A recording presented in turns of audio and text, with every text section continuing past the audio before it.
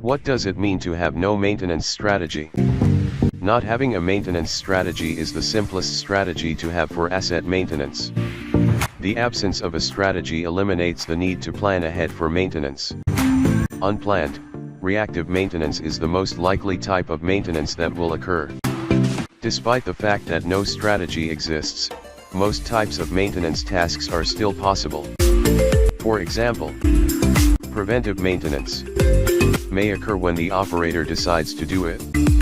However, this maintenance is unstructured and does not occur according to a formalized schedule or due to a trigger. Predictive maintenance monitoring may also occur.